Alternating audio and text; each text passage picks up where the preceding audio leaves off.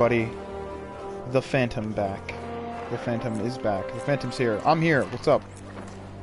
Alright, so Destiny Rise of Iron is out, and as you can see, I am in full swing of things.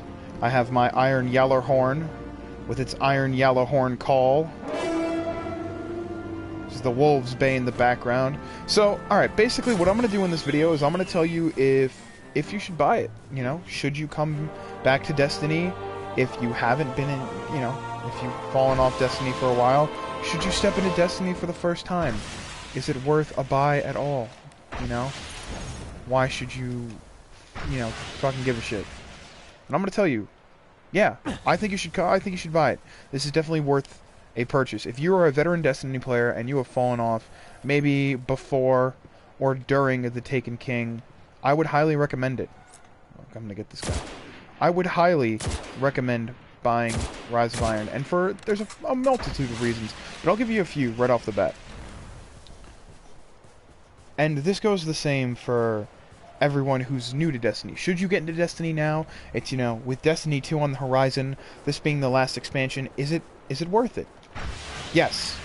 In my opinion, it is 100% worth the purchase.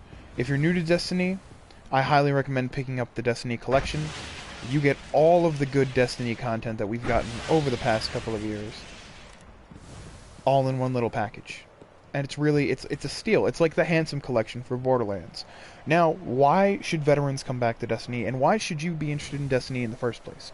Well, I'm going to tell you. Rise of Iron takes place at the end of your long journey through the first big campaign in Destiny and the subsequent expansions that have followed. It introduces a new enemy archetype. Fallen Splicers. People might just be like, oh, Phantom, they're just fucking recolors. Bungie doesn't know how to make, you know, new enemy types. You're wrong. Like the Taken, the Splicers have their own abilities. They have their own movement patterns, their own attack patterns. They behave and act differently.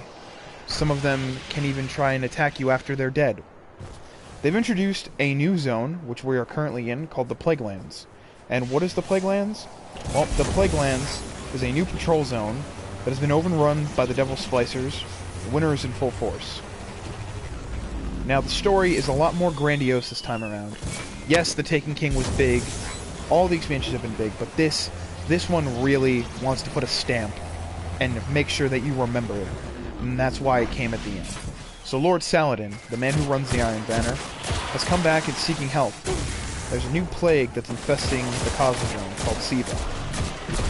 So he calls upon you, the Guardian, and he wants you to solve it. He wants you to solve why these new splicers are a thing. He wants you to find out what's going on in the Plaguelands, and he wants you to put an end to it. Along the way, we find out what happened to the Lords of Iron, the Iron Lords of yore. We meet some new faces, we get some new cool gear, and we get a whole new bunch of areas to explore. So now, for returning players, if you missed the April update, they revamped leveling. Infusion, which used to be some weird math equation, is now 1-to-1. So if you get a piece of gear that's, say, 350, and you want to put that into your 330 gear, you just equip your 330 light level gear, and then select for infusion, put the 350 gear into it, and then bam. Bob's your uncle, you have a new 350 piece of gear that you love, and you can take around with you.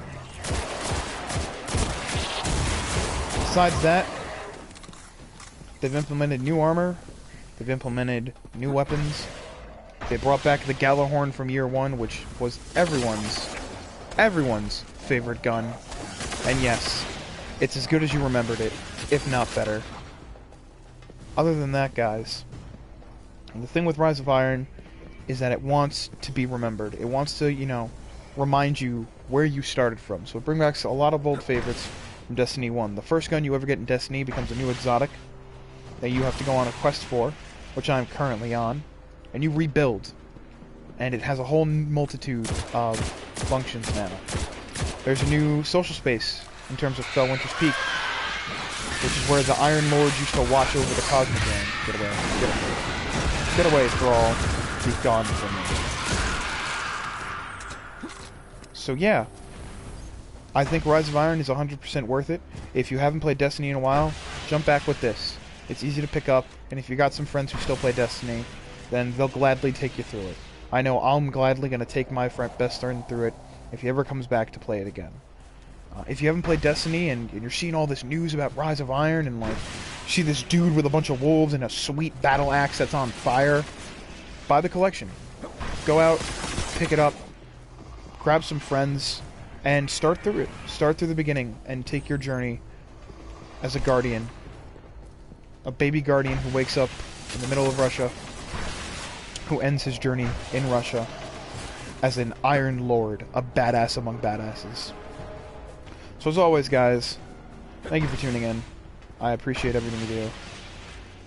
And I'll see you next time. Thanks for partying with the Phantom.